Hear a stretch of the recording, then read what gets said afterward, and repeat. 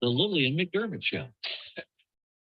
We love me, pretty, we burn, we make it stay. When we live in love, when life is tough, and it seems like your best thing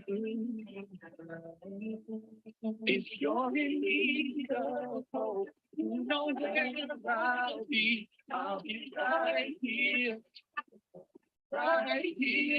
and when you need a friend, you can count on me. I'll be right here, waiting for you.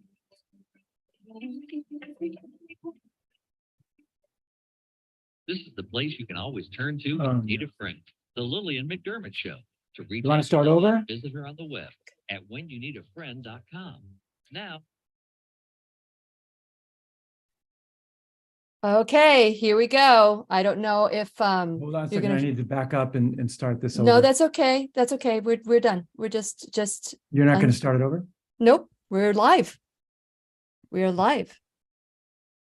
So here we go. We are live. So these are the things that happen when you are watching live, technical difficulties. So the audio wasn't streamed, but it will be streamed soon. So we're good. So hello, my listening and viewing friend. It's so nice we can meet each other on the air on this beautiful, best day ever. And for those of you who are tuning onto the classroom for the first time, please know I've been waiting for you. This is a safe place where you can go to when you need a friend. It is my commitment to provide natural ways to heal, and it is my mission to make awareness, responsibility, and truth a part of our everyday life. And I hope you, my listening and my viewing friend, will feel empowered to embrace a new truth and live the life of your dreams. Now, as you know, we are getting ready to launch the Super Gut. It's a 6-week course that we are going to be doing with Dr. William Davis, August 1st. And I know some of you think August is a long time away. It is not. And there's going to be some incentive today. So for people that register early, there was going to be some giveaways. And so one of the things that we've been learning about with Dr. Davis is this wonderful device. And I'm going to share it with you right now. It's called the Air 2.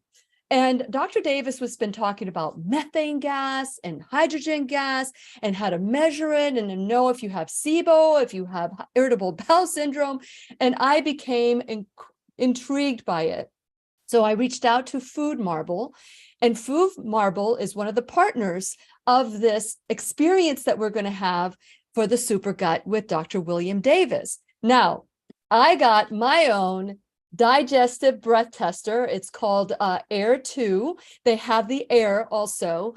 And so today we're going to be talking about the part of that I've been talking to you that it's very important that we test for SIBO and irritable bowel syndrome prior to doing the 6-week program. So I'm going to be starting this, and I am excited because today we have Peter Harte of Food Marble. He's going to teach us a more of a tutorial because it can get overwhelming when we do different new things.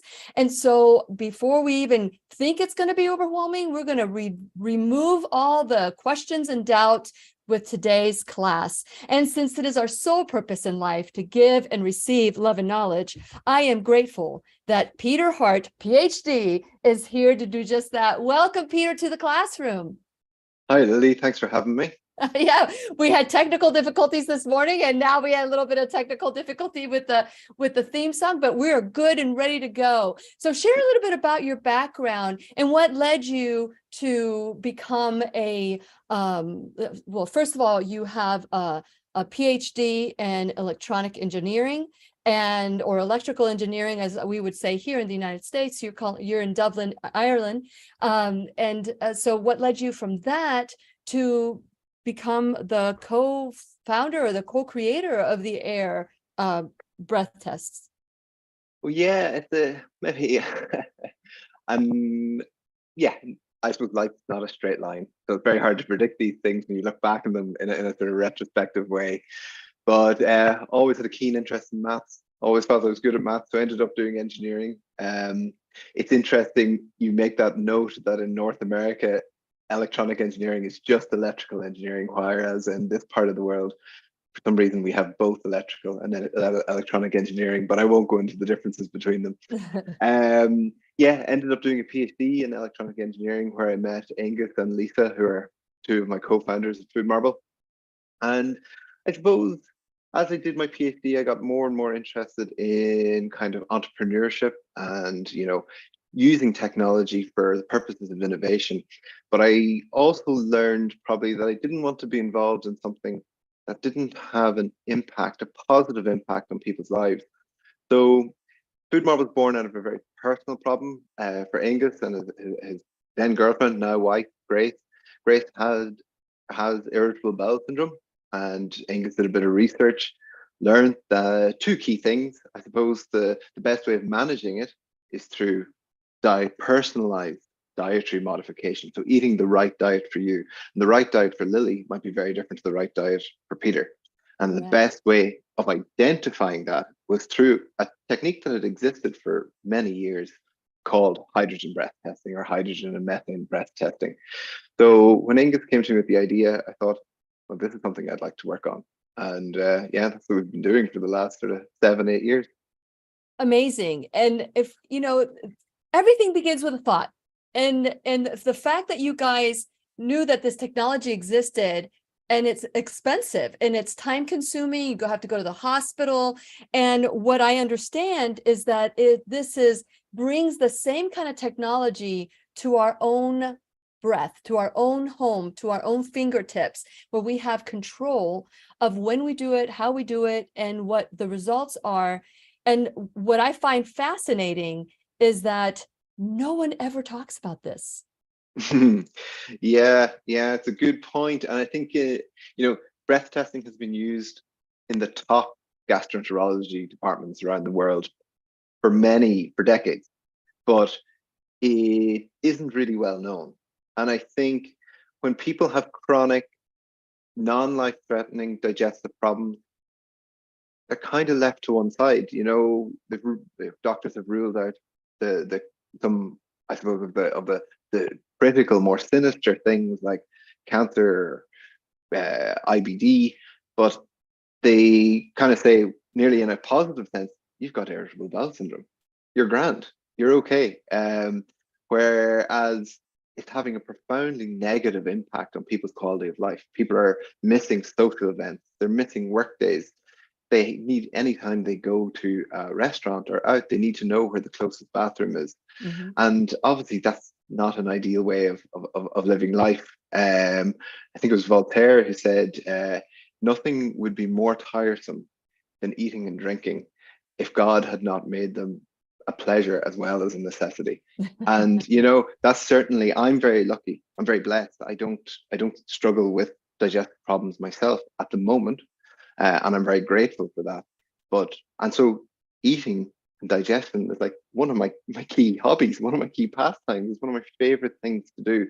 And when people don't get that pleasure from food, life's a lot more difficult. So yeah, we saw, I suppose, that this technology existed, and we thought, well, now we all of us carry one of these in our pocket. Mm-hmm. They're supercomputers, essentially, and gas sensing technology. These sensors have got much smaller, much lower powered, much cheaper, and that's very much the electronic or electrical engineering side of things that I'm interested in, or that's where my passion lies.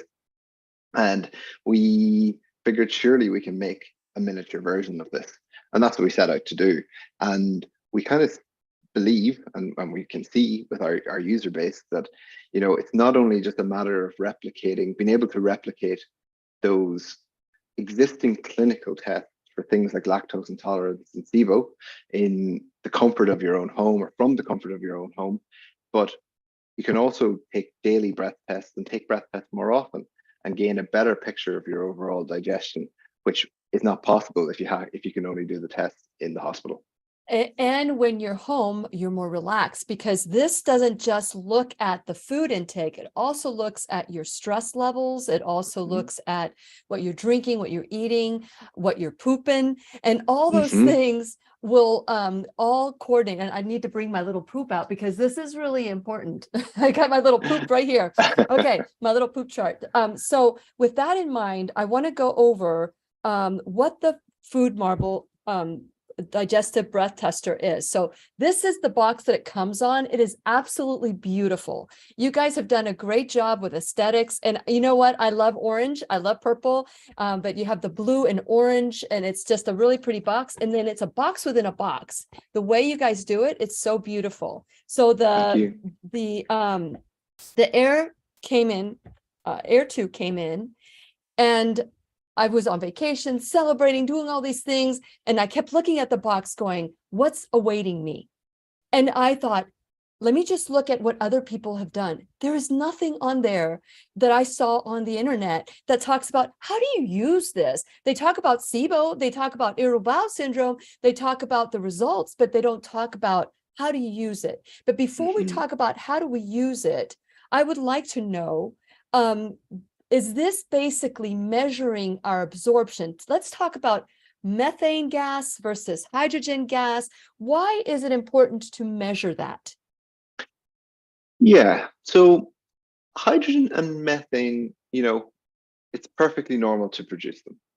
But if you struggle, if you know you've chronic digestive problems and you believe that there's a chance that food is a trigger of those problems, then it's good to check if you're producing these gases, because if you can identify the foods that after you consume them, you produce gases, by maybe eating alternative foods that don't produce gases, you can hopefully reduce or even completely eradicate your symptoms.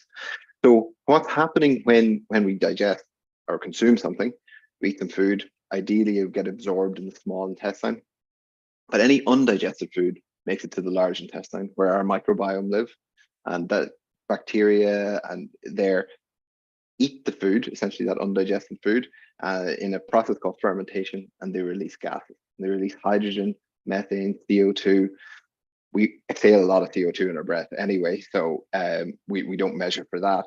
But hydrogen and methane are indicators of literally gas buildup in your gut. So as those gases are produced, your gut, if you struggle with bloating, for example, as one of your symptoms, literally those gases are expanding your gut. They're causing you to bloat. And these molecules, hydrogen and methane, are so small that they can actually cross the intestinal wall of the large intestine, enter into your bloodstream, and then that's how they again get out on your breath when the gas exchange happens in the process of breathing. In terms of the differences between hydrogen and methane, most people produce hydrogen. We all can produce a little bit of methane from time to time as well, but generally which gases you're producing are, I suppose, as a result of the makeup of your microbiome, what type of bacteria you have in your gut. So I suppose hydrogen would be more commonly associated with symptoms like diarrhea, and methane would be more commonly associated with constipation. But that's a bit of a generalization that I'm making there. But that's like I said, we're going to be dipping our toe today. Maybe we'll have you back and we can talk a little bit deeper into what it is that we're looking for, because, it's important for all of us to know that we can, with this tool, we can decide, okay, well, is this causing my constipation? Is this causing the diarrhea? And by breathing into this, and is there a particular time that you eat? Like, I know that there's like this morning when I got up, I did a breath test. And what I love about, I accidentally turned it on. What I love about this is that it immediately tunes into my phone. I don't even have to see if my Bluetooth is on or not on. It automatically syncs with my phone. And then it starts telling me what to do. It's wonderful, because when you don't know what to do, it's wonderful to be told what to do. And so when to breathe, when not to breathe, and when to do it, when not to do it. Now, I wasn't very clear with that. So I thought, if I have some questions about how to use this, let's start with the fact that we all know that this is an important tool to help us decide what is the problem that we're having. What are the foods that are causing the irritation? And so and what I love about it is this is the first time I hear about FODMAPs. I'd never heard of that before, which is in essence a low carbohydrate or a carbohydrate. If low carbohydrate is a low FODMAP and a high carbohydrate is a high. Is that true? Or yeah, it's a tricky thing to get your head around, because it's a funny sort of it's a funny word to begin with. FODMAP. It's an initialism that stands for fermentable oligosaccharides, disaccharides, monosaccharides, and polyols. So FODMAP, FODMAP. And so essentially what that means is fermentable carbohydrate. And so lactose would be an example. Sorbitol would be an example. And these are very common food components that are in lots of very good foods, very highly recommended healthy foods. Like, the old saying, an apple a day keeps the doctor away. For some of our users, an apple a day is the exact reason why they're going to the doctor, because it's full of fructose and full of sorbitol. And just due to their microbiome, they struggle to digest that. So yeah, I suppose going back to what I said at the very start, one of the best ways of managing these type of digestive conditions is through personalized dietary modification. And over the last decade and a half, the low FODMAP diet is a very good but borderline extreme way of kind of managing this, because when you're doing the low FODMAP diet, you cut out all high FODMAP, medium FODMAP foods.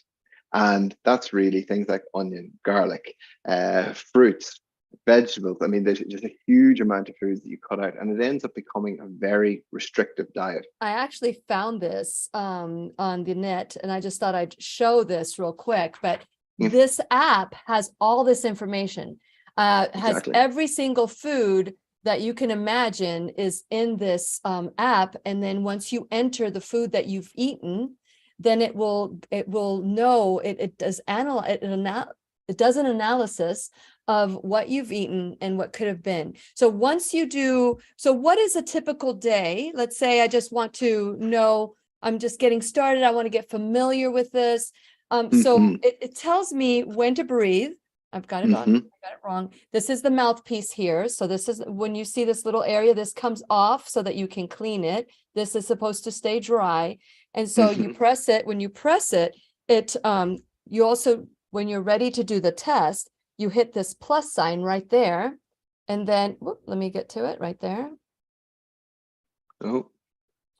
And then you hit that you want to do a breath. And then it starts the process. Oh no, what did I hit? I fat fingered it is what it's called. Let me do it right here. I'll do breath. There's tutorials. So then it shows you what's happening to your device. And so it tells me to, talk me through it. So I'm going to breathe out, hold my breath. You're going to, for 3 seconds, rather, you don't take a deep breath in, you just hold your breath for 3 seconds and push the button down. Okay. Now. And then it counts you through with 3 vibrations. And when they're finished, you bring the device to your mouth. When do you inhale? You just use kind of, you don't want to take a deep inhalation. So if I'll count you through here as well at the same time. I'll just stop.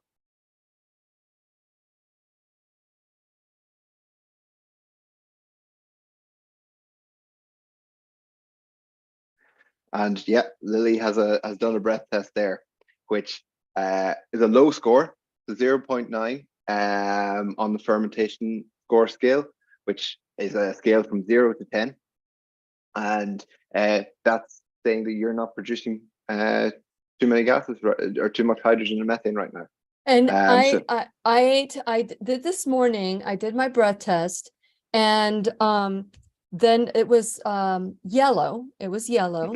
Okay. And then I ate, And about an hour later, I took my breath and I had avocados. Okay. I blew all the high FODMAPs. I shredded coconut with avocado, kiwi fruit, hemp seeds, and I had Brazilian nuts. That was my breakfast because I was told that I was not eating enough fat and I needed to have more protein in my diet. Okay. So this is, I had that at 11, and since then I've taken my test and it's been green. So Okay. what does that tell me? Yeah, it's when it's just one day of data, it's hard to know what that says, because the important thing, and that's the big difference between these clinical tests that are once off in the hospital and being able to take tests every day with the foods that you eat at home, is that you're able to see the trend. You're able to see what specific foods are impacting you. Based off that, and I don't think this, we shouldn't draw too many insights from just one day of testing, but you seem to be so far digesting everything you've eaten today quite well. Yes. But that's just so far. You were a little bit higher this morning, so wonder if something you ate last night combined with maybe slower transit time or something like that meant that you were only fermenting that what you ate last night was only fermenting this morning. And so maybe what you ate this morning, you might begin to see a rise later on today. And that's a critical thing as well. Like, every person is unique. So time might take for food to get down to my large intestine. I actually know from a lot of testing that we've done, it takes a long time to get down to my large intestine. Whereas other people who've done testing with us, can be very fast. And so that's just, again, one of the big benefits of being able to do this kind of testing at home. Yes. So when I look at right here, it says methane and hydrogen. So do I toggle that? Does it give me a different, or no? It says show more. Show more, and that should be able to show you the breakdown of the hydrogen and methane, and that there saying you're producing no hydrogen right now and a tiny bit of methane. Okay, so a tiny bit of methane. So by this data alone, if I just were to go with one day, which is what we do in the hospital, we go with one day, and that's like where you were at that moment. Like later after the class today, I'm going to have my salad with more avocado and more tomatoes and onions and raisins and all these things that I add to my salad. And then after I eat, when do I measure my breath at that point? Yeah, so you did the right thing this morning first in taking a baseline breath test before you ate anything. Just that gives you a baseline for your day. And then after that, we recommend hourly breath tests for 2 to 3 hours after you've consumed food. So across the course of the day, we'd recommend up to 10 breath tests to get a good coverage across the day, along with logging your foods and logging any symptoms you experience. The other you showed at the start of the classroom today, you showed the box, you showed the blue box on top and the salmon, orange box on the bottom. Inside that is our intolerance testing kit. And this is a digital program that essentially guides you through a food in discovery process. Is this this is what here. you're talking about? That's what I'm talking about. Well, the program itself is all based on the app. That's just some instructions to get you started on it and to give a bit of an overview on it. But essentially, what that means is that there's 3 stages to this program. The first is the baseline stage. The second is the reset stage, and the third is the discovery stage. So in the baseline stage, we just recommend eat your normal diet, take plenty of breath tests. We begin to understand what's normal for Lily, what's normal for Peter. In the reset stage, going back to the low FODMAP diet, we recommend you reduce your FODMAP intake where possible. And that's not always, that can be the hardest part of this, because if you live with a family, if you have, kids going to school, you have a spouse with busy life, it can be very difficult to get everybody eating low FODMAP meals for a week. But we give lots of recipes in the app. We give lots of as you alluded to earlier, the food library. which allows people to see which foods are low, medium, and high in FODMAPs. And essentially, the hope over that period or that phase of the program is that your gas levels and your symptom levels would reduce. And then the final stage, which is the longest stage, is the discovery stage. And this is really because a lot of time when people talk about, say, low FODMAP diet, even breath testing, there's a lot of focus on what you can't eat. That's a very kind of restrictive way of thinking about things, or a very negative way of thinking about things. And what we're interested in finding out is, well, what can you eat? And so, as you showed at the box earlier, the device comes with 4 packets, and these are essentially 4 sugars and 4 carbohydrates: lactose, fructose, sorbitol, and inulin. And with those, you replicate the, I suppose, clinical test. And essentially, we call those challenges or discovery days. And what that means is you would eat a low FODMAP diet for the 24 hours before you do one of these tests. We recommend people do them at the weekend so that, you know, life's a little bit calmer, maybe depending on your life, your work-life balance, I suppose. But you test early in the morning so you don't have to fast for too long.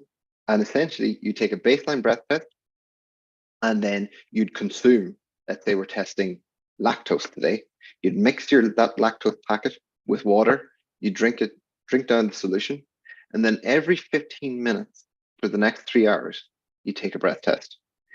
And if you were to see a significant rise in your breath readings over those 3 hours, that would be indicative of that you haven't digested the lactose, and would, you know, probably mean maybe you should try and avoid foods containing lactose, particularly if you have symptoms after eating foods that contain lactose. And it's kind of a way of turbocharging that discovery process. You can do it with all your normal foods yourself, but when you can test one single food component, it's a very controlled test.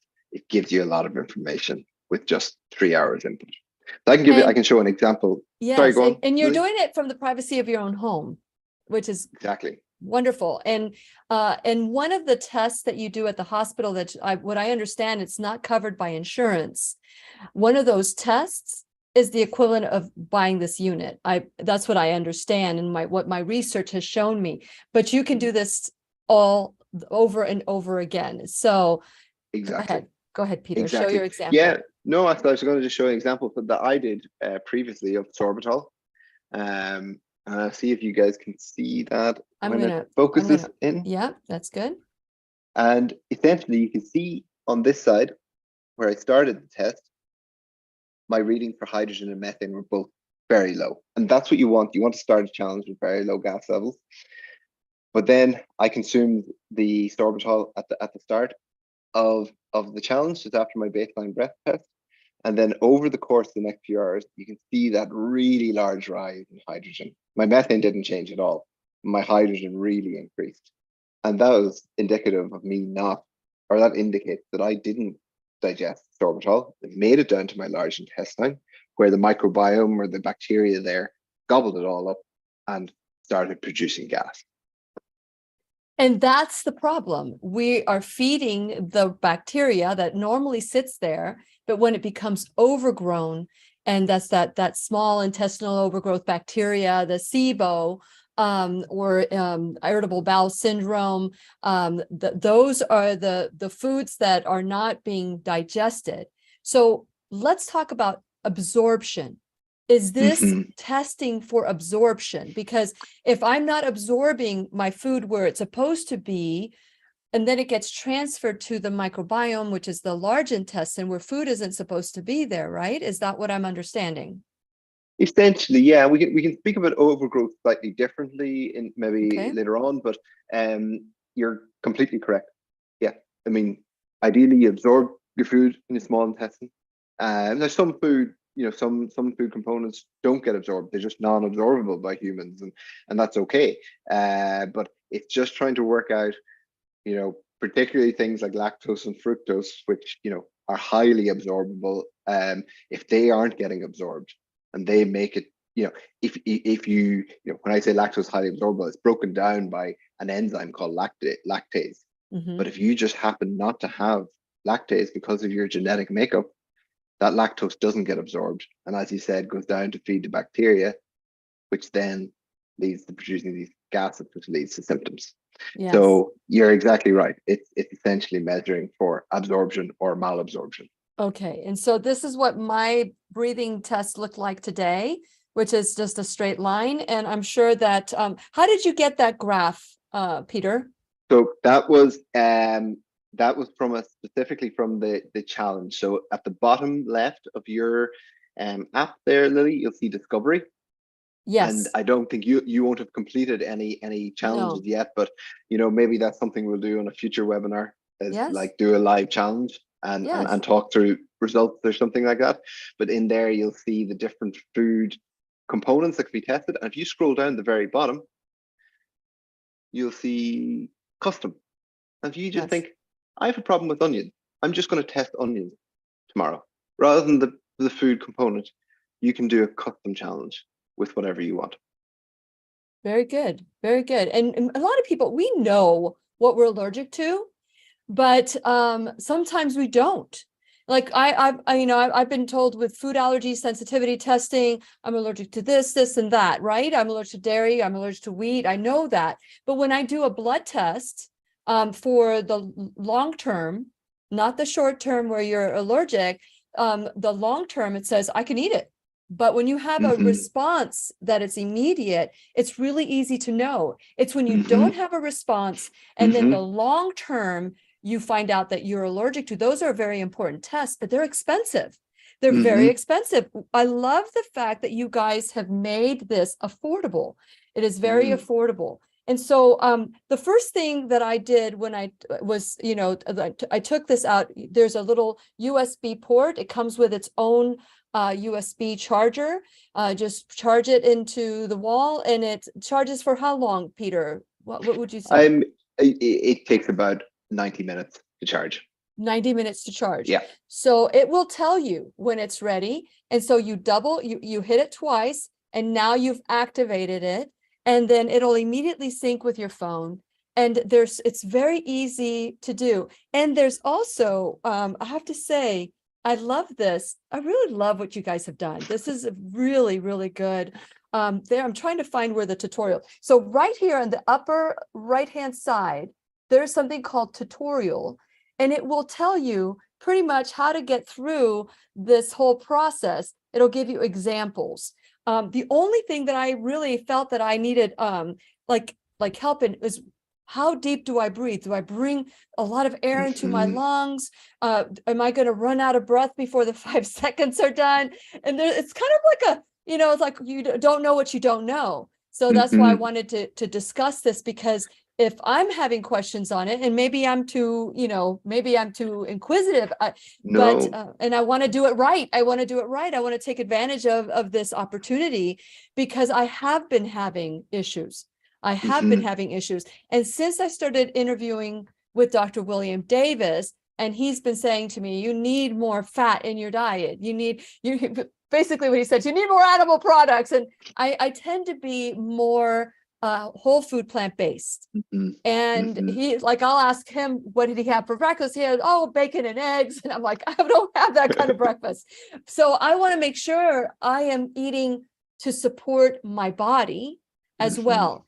And what I love about the duality of this is that not only will it test for methane or for hydrogen, but it'll also test to see if that particular food is not good for me.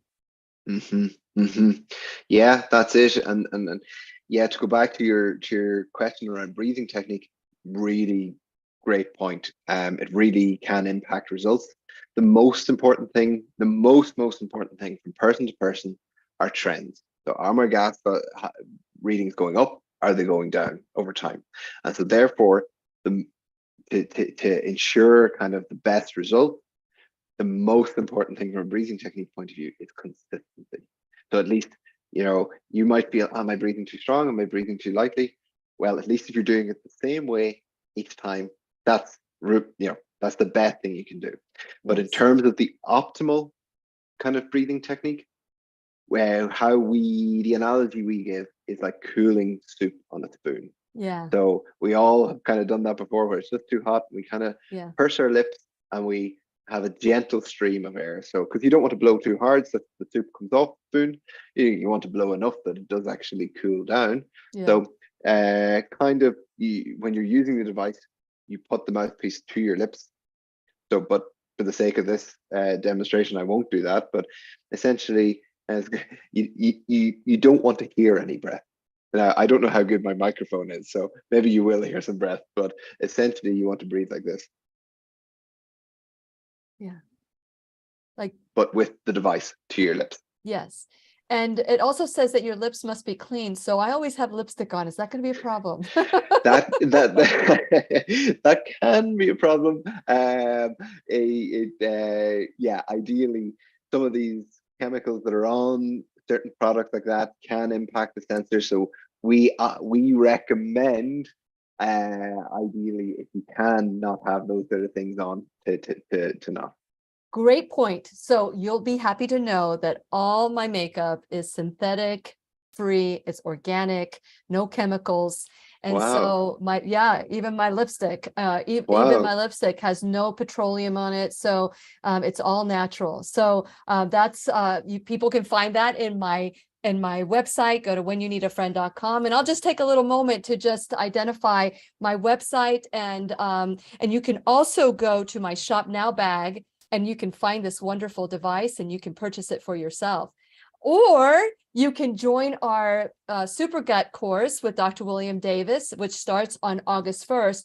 And there's, I think, about 25. Robert, can you check and see what the time for that's left for the early registration, which is $50 cheaper than if you were to go wait until the last minute to sign up, and that'll give you time. And maybe we can do a seminar where we can all learn together and start this challenge together with SIBO. Mm-hmm. We'll see that. So go to whenyouneedafriend.com, and while you're there, please subscribe. That way you'll know when we are on the air, who's going to be in the classroom. Please subscribe, and also join us on all our social media. Like us and follow us on BitChute, Odyssey, Facebook, YouTube, Twitter, Telegram, on the website. So early registration, Robert is telling me, ends in 22 days. That is not a lot of time. You especially want to do this challenge with enough time to start the process on August 1st. Also, when you go to whenyouneedafriend.com, check out my sponsors.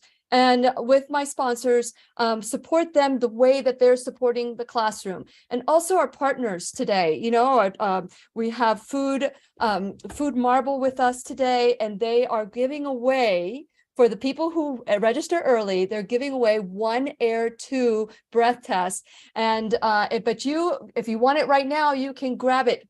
Go to my Shop Now bag. There's a 15% off coupon that you enter Lilly1. It's LILLY 1, and that will give you 15% off this wonderful tool, wonderful device. While you're there, that's where you get it, at the Shop Now bag with Shop with Lilly, and everything in there is Lilly approved. These are products that are synthetic free, they're organic, they help you get pain free without any chemicals. They're all natural and sustainable to the body. It's just wonderful to the body. And so last but not least, you can become an enrolled student in the classroom, because we are donor.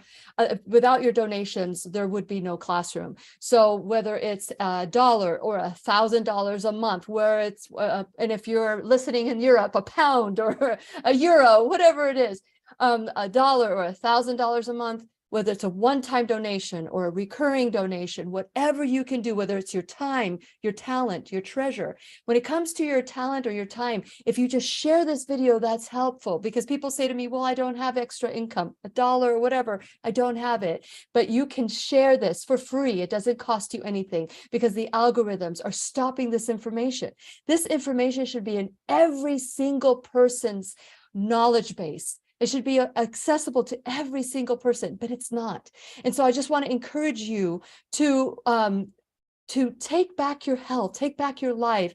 And this is a quick way, a simple way to start looking. If you have diarrhea, if you have constipation, if you have bloating, if you even have other symptoms, Dr. William Davis has talked about Parkinson's symptoms, problems with cognitive decline. It could be caused by your food. It could also be caused by medication. So if you're taking medication for this, then you're not doing everything you possibly can. Because with changing your lifestyle, then it will reduce the medication or even get rid of the medication. Because if you are symptom-free, why take more medication? So I just want to say thank you to Peter. Peter, thank you so much, and Food Marble, for this wonderful device. I am so grateful to you for this. And I'm grateful that you're giving everybody who's joining us a 15% off, or anyone who's watching this class today, 15% off.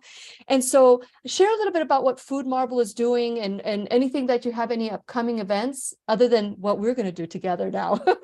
I've just committed you to do like a seminar with all our followers. So you can text me at 407-373-5959 if you're interested in doing that with Peter. So go ahead, Peter. Yeah, well, a big thing for us is we're always so interested in research. We believe that really what breath analysis can do, kind of what you alluded to there, Lily. Like, right now it's nearly an established method, not this at-home breath testing. We want to make that more established, but it's an established method for, I suppose, diagnosing or determining how people absorb or digest their food. But, and as you said, kind of for those people who have constipation, diarrhea, bloating, abdominal pain. But as you mentioned about Dr. William Davis talking about other symptoms and maybe some very, very serious symptoms in serious conditions, that the earlier that they are detected, the better. We really believe breath analysis is something that people are going to do. It'll be as normal as brushing your teeth. But some of that research takes time. And so, yeah, we spend a lot of time working with various clinical research groups, doing internal research ourselves. And yeah, a lot of work has gone on in the last few weeks to put some abstracts together for some of the big gastroenterology conferences that happen in the US each year. And we're just hopeful that they'll get accepted, and we'll be able to present our research later in the year on that. But that's where a lot of our focus is at the moment, along with I suppose one thing, again, something you alluded to at the start there of that last segment was, how do people not know about this technology? How do people not have not heard about this? And at a point, people probably said the same thing about even things as simple as fitness trackers or continuous glucose monitors or whatever they might be. And so we really believe that in 5 to 10 years, a lot of people are going to have a breath analysis device for these conditions and to track how they digest their food.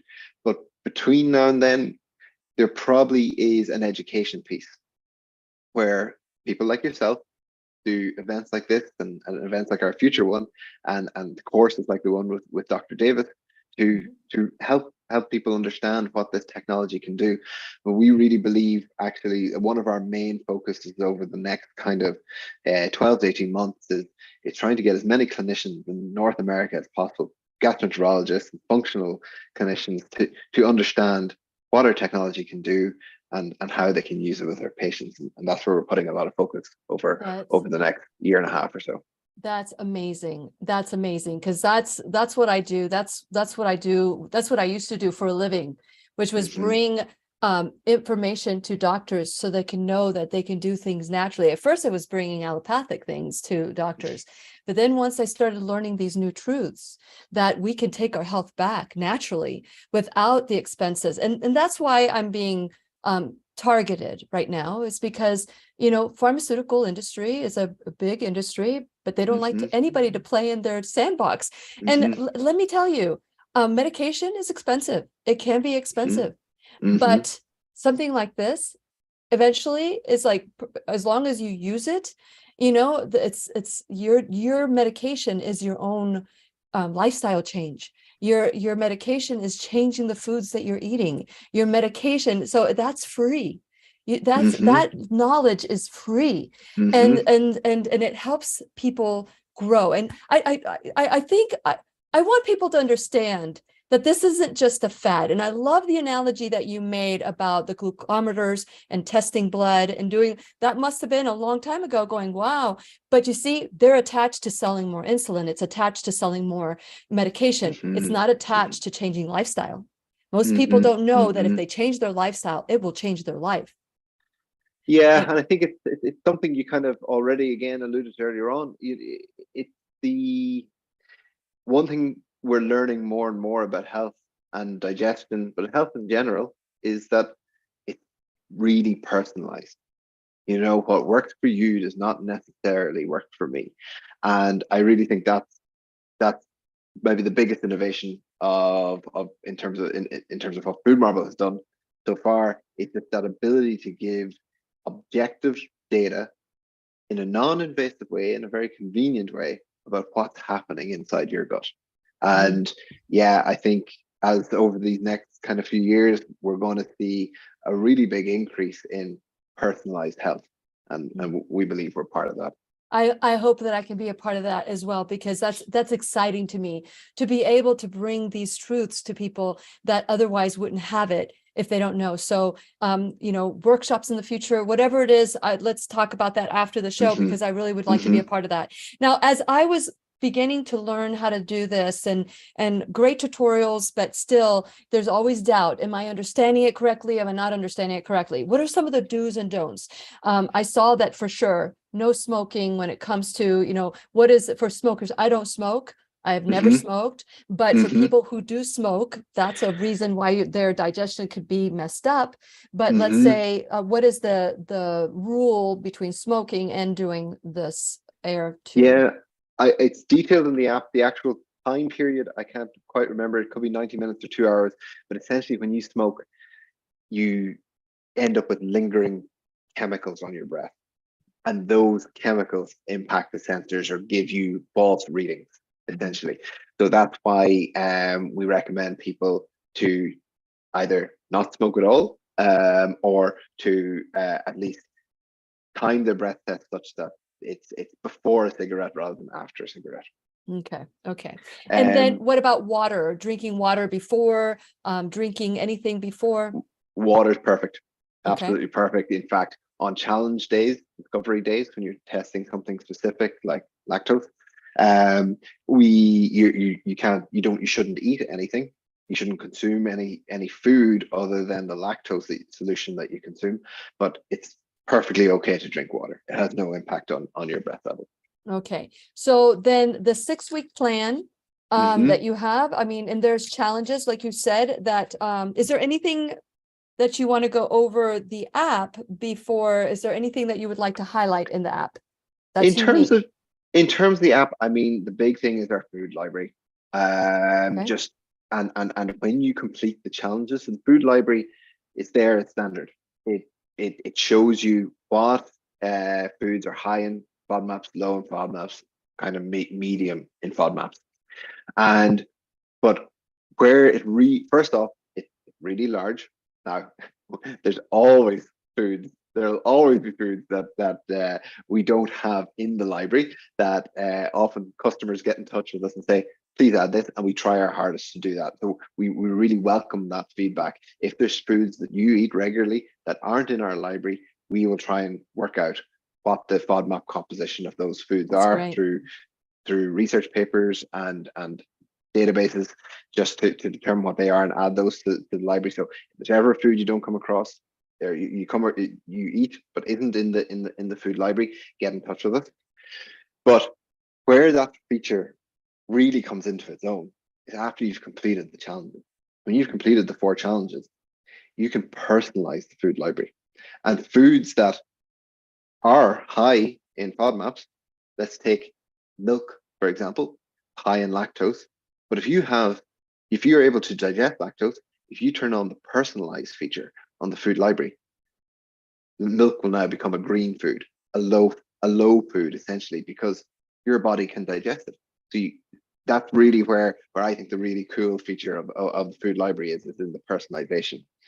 Another feature we've just released that is hopefully I think available for all users now is when you're logging meals and we don't have a food in the food library, we now have an artificial intelligence backed essentially FODMAP estimator. So if you just put in the name of the food, or if you scan a barcode, so you pick up something in the supermarket and you scan the barcode, our what we call the food scanner, that system will estimate how much food FODMAPs are in that food to give you a more complete sense of what you're eating. In terms of other features, those are the main ones. Yeah, there's a trends feature, which essentially allows you to see more detail over weeks and months, which is really, really great for long-term monitoring, particularly if somebody maybe suspects they have SIBO or something like that. But the other feature then is the ability to share results with your physician or with your clinician. And we have a lot of gastroenterologists who reach out to us. We also have a lot of users who start using us, and their gastroenterologist or physician has never heard of us, and they introduce their physician to us, and that's something we're very open to. And that's called, I've done shows on this, being a co-learner, you hire a doctor who's a co-learner with you, and or a practitioner. If they're not interested in what is helping you, fire your doctor. And I always encourage people, look at your doctor. And if your doctor doesn't look healthy, fire your doctor, because if they can't take care of themselves, how can they take care of you? And most importantly, take your health back. Take your health back. So avocado, which I was shocked was a like a red FODMAP. So this morning when I blew into my test, and I had the coconut and all these things that I was eating, which are like the red zone. So you look at it, what I loved about it is that it tells me what family of it's a sorbitol. So this would be the sorbitol. And it's showing me that that's where it tells me the composition of the food, the protein, the fat, and all that, and where it lies in the FODMAP content. Yeah, essentially, it's saying in every bit of avocado there is quite a lot of sorbitol. But when I blew into my meter, sorbitol. This particular, it's been green all along. Now I know this is the first day, so I'm really excited about it. I'm really excited that it's a go for me. So tomorrow I'll have the same breakfast, I'll have the same thing and see what happens. But what I'm hearing you say that is eventually that what is a red FODMAP for somebody else might be a green for me. Exactly. Exactly. And that's the critical thing. That's about finding the foods that you can eat. Love it. And I imagine a lot of your listeners, a lot of your people, a lot of your viewers, and you know this already, but when you can't, going back to what we discussed at the very start, when you can't enjoy your digestion, the impact that has in your life. And I always think back to one of our very first testers. This is like before we had a real device, we had a prototypes, and we needed people to test for us. And a guy we knew who has irritable bowel syndrome, he was eating 3 meals a day, and they were the same meal. It was chicken, rice, and carrots, breakfast, lunch, and dinner, because they knew that wouldn't give them symptoms. And that's how much of an impact. And they were scared to try anything new. And that's what we want. We want people to open up their digestion, to be able to have confidence in eating things that will not cause them symptoms. I think it's wonderful. I think it's wonderful, and I'm excited about it. I feel empowered. This little thing, this little Air 2, and I know you have another device. Can you really quickly talk about the Air? Yes, so the Air was the original device, which we launched just in very early 2020. And it was our first device that it measured only hydrogen. It didn't measure methane. And a lot of people got benefit from it. Most people only produce, significant amounts of hydrogen. Most people don't produce significant amounts of methane. And it was good, but naturally, when you bring a product to the market and tens of thousands of people use it, you begin to learn its problems. And so we started developing Air 2, the big change being we wanted to be able to measure methane as well. And that was a really difficult technical challenge. And that's something that we worked very hard on and were able to successfully do. And until just early last year, we launched Air 2, which not only measured methane and hydrogen, but also had some other kind of manufacturing improvements that allowed for a more reliable device over the long term. Well done then, because that's very important that we digestion is digestion. I've said this before. Doesn't matter what you're eating. I've learned this in the classroom. I've made it my own journey of learning through these wonderful teachers that I've had in the classroom, that it doesn't matter how pristine your diet is. You might be a complete raw vegan, you might be a complete carnivore. If that doesn't work for you, and if your body isn't digesting it and there's no absorption of the nutrients, then it's not good. But there you could stay within that concept of, I don't profess to be either or. I'm a nutritarian. I focus on nutrients. But if those nutrients that I'm having are not being absorbed into my body, then my body is going to be craving whatever it is, and it's going to be showing me symptoms. And these symptoms are the body speaking to us. And then we go to the doctor and then we say, oh, I've got diarrhea. Here's a pill. Here's a drug. Here's a pill. But this will help us to take our health back. And I am very grateful to you. For those of you who want to learn more about the Food Marble, go to whenyouneedafriend.com if you want 15% off, or if you want to get into the winner's basket for the early registration, the giveaway for the digestive breath tester. If you want to be a part of that, then you need to register. Early registration automatically gets you, and we're going to be giving away 5 of the for when we start the challenge, where we do we're going to be giving away 5 of LaBelle, another partner. So we're very grateful to our partners when it comes to the course. And Peter, I'd love to invite you to be, because every Tuesday night from August 1st to September 5th, we're going to be getting together with Dr. Davis, and we're going to learn about our digestion and ways to improve our health. Thank you so much. And thank you to Food Marble. You're going to go to foodmarble.com to learn more about their science and everything that they're doing. I am so grateful to you, Peter. We got 1 minute left in the broadcast. Is there anything that you would like to add? No, it's been a privilege to be on the show, and thanks for having us. And I think I marvel at what our clinical team discuss every week, and I think it'd be good to have a couple of them on at some stage to discuss some of the cutting edge research that they're looking into. I would love to do that. I want to do a challenge. I want to learn about the foods that I tolerate and which ones I don't, so that I can love my body the way my body is a temple. Our body is a temple. And if we knew that we were allowing terrorists into our temple, would we do it on purpose? No, we would. If we knew they were terrorists, we would leave them outside the temple. The same thing with our body.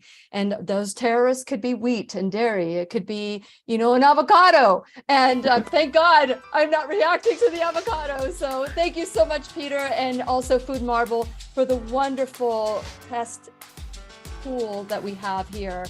So that we can take our health back. And so I'm looking forward to our next conversation. Great, me too.